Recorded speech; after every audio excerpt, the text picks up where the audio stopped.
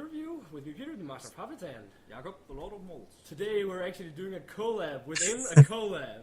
And today we're joined by Daniel out of the End of Symbiosis. Also, the Emperor of Yeast today. So the Emperor of Yeast. So we got the Master of Puppets, the Lord of Malts, and the Emperor of Yeast. Now we just need the Apprentice of Water or something. We're complete.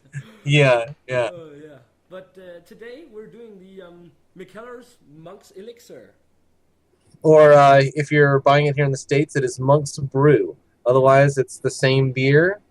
And I don't think either bottle has very much information listed. So no, not really. I mean, it's a Belgian strong dark ale or a quadruple. And we got some info here from Mikkeller's website. It says here, Mikkeller has traveled to Belgium, more precisely on a visit to the anti-commercial, talented Trappist monks.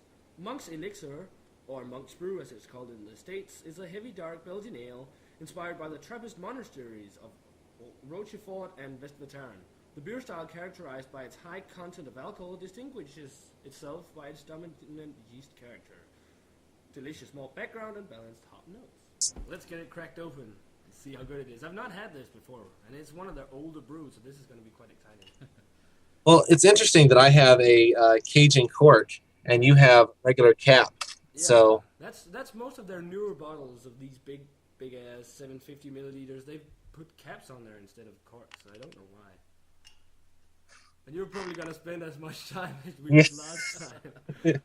It's coming out a little bit easier this time. Maybe that's why you get drunk enough you can't get these open. That's really the issue. My cat keeps jumping up. I think we're going to have to deal with her being in my lap. Yeah, maybe this is the Apprentice of Water here. Apprentice of Water. Then Sven can be something. Yeah, I don't know. I also all right. Here on the back, before we just get started, it says it's brewed with water, malt, pilsner, and pale, which is the malt they use, candy syrup, casanate sugar, which is that unrefined sugar from Brazil, then hops, and the hops used are Northern Brew, Hallertau, and Styrian Goldings, and then it's also brewed with ale yeast. So yeah, I'm ready to check out the aroma on this, or the color first. Well, one thing that I'm noticing, and that may be my poor glass choice, but I got no hit at all, and I poured fairly aggressively. And you guys both got like pretty foamy thick heads, so maybe my bottle is like significantly older than yours. Yeah, I guess so. I mean, I could smell it as soon as I pop the cap on it. Oh no, I get the aroma immediately, but color it's kind of a dingy brown. Dingy brown. If you hold it up to the light, I get some like really dark ruby red notes in the bottom of the glass. Yeah, but I would it's just like a brownish color as well, like a dingy. Yeah, it's very dingy brown. I get lots of sediment, even though I didn't pour the whole bottle in, but I've got quite a bit of sediment all through this glass. And the head on my part is like a 3-finger frothy. It's got kind of like that, the Duvel head that just sticks around with like a right. Kind of like that. Should we check out the aroma? Yeah, no, I'm smelling. It smells delicious though. It smells really good. Oh wow, it's very port wine like, I think, like mm-hmm. It smells very authentically Trappist to me. I mean, it reminds me of the Rochefort 10 or like when I had the Westie 12, it reminds me of that. Like it has that kind of aroma, those kind of dark, fruity, kind of like fig kind of notes. And, definitely. There's my cat in frame again. But yeah, it has it really does have a nice aroma. I've been kind of skeptical of this one a little bit, just for no good reason. But, when you say like, I'm brewing something in the when you literally bring up Rochefort and Westie in your info for the beer. Yeah, I start to get a little. Good. It has to be really good, but this smells pretty freaking amazing. So a lot of that dark fruitiness. I also get like a slight dark caramel. Yeah, like a dark caramel note to it. It smells quite sweet as well. Yeah. Yeah, very sweet. Lots of. It smells just classic Belgian yeast, just that classic. Yeasty characteristic to it. Yeah. Should we dig in? I'm ready if you are. Cheers. Cheers. Skål. Skål.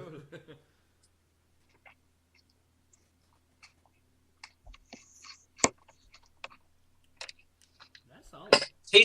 It's solid, but I don't think the taste quite lives up to the smell. I think it smells better than it tastes. Yeah. I mean, it's quite sweet actually, the taste. I mean, the body. It's very. The body on it is like a medium, I'd say, mouthfeel. Very smooth though, But Very, very smooth. but the aftertaste is kind of dry. Actually, fades out to dryness. I don't know if it's just me. Yeah, I get it. Kind Yeah. of dryness as well. It's dry and it's a little astringent. Like the alcohol is a little bit overpowering of the other flavors. Yeah. Um, it's got a really strong funkiness in the aftertaste. Yeah. Uh, all right, time to get down again. Yeah, But it does have have that strong funkiness in the aftertaste, and it does have some vinous notes, as the aroma indicated. I mean, right. it reminds me a little like a notes of like port wine or something, Yeah, but also the classic like dark fruity notes, but right. not like, yeah, as you said, it doesn't really live up to the aroma. Aroma, not at all. No, it's It also got, I mean, it's still a solid Belgian beer, but maybe it's just because I've had the Rochefort fairly recently and in the West End. You know, I've been drinking some Belgians lately, and this one just doesn't. You know, it's just not blowing me away. You know. no. I also get kind of that candy syrupness to it, like it's quite sugary on the palate, like a sugary sweetness. Yeah, I mean, now that it's warming up in my hand a little bit, and I poured a little bit more in, I'm getting a little bit more caramel, a little bit more of like a. This is gonna sound really weird, almost like a peanut buttery kind of texture. Like on the back of my tongue, just that little bit of like sweet but dry kind of combined sort of thing. Um, it's I mean it's nice. It's definitely not a bad beer, but it just doesn't quite you know live up to that aroma, which was really good. But the carbonation's so low on mine that I'm not even feeling the need to burp. I mean, it's honestly just like I feel like I'm just drinking. The I mean, I carbonation on think this is well, quite high actually. I think that's the difference between the cork and cage and the bottle cap. Is Yeah. the cork these corks, these little, not even real corks, but the fake Fake. Yeah. fake corks. They're they're not really keeping the air in, and especially if this bottle's a couple of years old or something. Then I mean, I think we've just lost all the carbonation from it. So that's another reason that I think my bottle is just not as good as yours. That might be one of the reasons why they've started using caps for their bigger Yeah. bottle beers, because the black hole that didn't really have much carbonation either. I mean, it's still. I mean, I feel like we're bashing it. I'm not bashing it. It's a decent beer, That's but right. it's That's not. right. It's a solid, good beer, man. We shouldn't. We're not bashing it at all. That's just some No. some kind of flaws. It's more fun to talk about the beer than it is to actually talk the beer. I mean, it's more fun to talk about the issues surrounding the beer almost because it's like it's solid, but there's not. I don't feel like there's anything for me to really say about this one. Almost, I just feel like it's, like it's a standard, very like run of the mill average. If there is such a thing as an average quad, that's what this is. Like if you want to. I'd say kind of a textbook quad. Mm-hmm. Yeah, I mean, there's nothing over the top with it or over the edge or different, unique about it. Right. Really. Yeah, rating wise for the Mikkeller, what was it? Monk's Elixir in Denmark. Or Monk's Brew in the States. In the States here it is. I like it. I think it's a good quad, and as we talked about, it kind of doesn't live up to the Belgian quadruples or Belgian strong ale, dark ales especially because it mentions its main references as Rochefort and Westveteran. So for that, I think it's a really, really good beer. I'm going to give it I'm going to give it an 83. I think it's a good brew. What about you, Jakob? I'm landing at 87. It's a very decent brew. It's very not unique in any kind of way. It's not special at all. It's just right out the freeway, so to say. But yeah. I'm kind of landing at about an 80 on this on that scale. I'm definitely. I mean, I have to say I'm definitely disappointed in this beer. I would love to have given this somewhere in the 90s, but like I feel like with the lack of carbonation, and again, it's probably an old bottle, but with lack of carbonation and just the kind of overall quality, I mean, it's a good beer. I'm gonna drink this and like no problem. It's so smooth, but it's just. You don't taste the alcohol, but I mean, there's just nothing here to really dig your teeth into and really like think about. So I'm going to go an 80 on this. Yeah, sure. That's also a good grade. I mean, 80 is a pretty good grade. I know 80 is a pretty good grade, but like for a Belgian quad, Where like, I mean, I almost always give those in like the 90s, And so this was definitely a disappointment for a Well, quad. maybe that's some of the difference between the Captain Cork version. Who knows? Yeah, You're also lacking. We have a lot of lacing around the glass. You almost. yeah, I'm not getting any. I mean, I think it really is just an issue of carbonation, and I think it's just an issue. My bottle's probably way older than yours. I think that's just the issue is that my bottle's really old and yours is much less so. Do you know But the expiration date?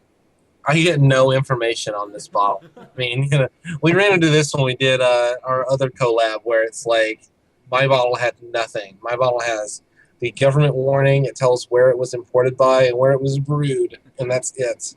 Yeah. Okay. Ours says especially for the 5th or the 19th of what is that? May? April. No. Oh, May. Sorry. May 2016, and then it's been bottled 6 years before that, so it's from 2010. So your bottle's like Yeah. 9 months old, something like that. Something like that. But yeah, guys, we're rambling now, and we've done that a lot. We just ramble, man. I'm drinking at like noon, so like don't even. Oh yeah, well, guys, this was really fun. We'll definitely have to do another collab review with Daniel again, the Emperor of Yeast, and then maybe the Princess of Water will tag along again. Yeah, but yeah, that's it. An 83 from me for the Malts Elixir, and an 87 from Jakob, and an 80 from Daniel. So yeah, guys, as always, remember to check out Daniel's channel, The End of Symbiosis. And yeah, as always, let us know what you think of the brew if you've had it. Remember to comment, subscribe, and we're gonna say cheers. Cheers. Cheers. Cheers. And we'll see you in a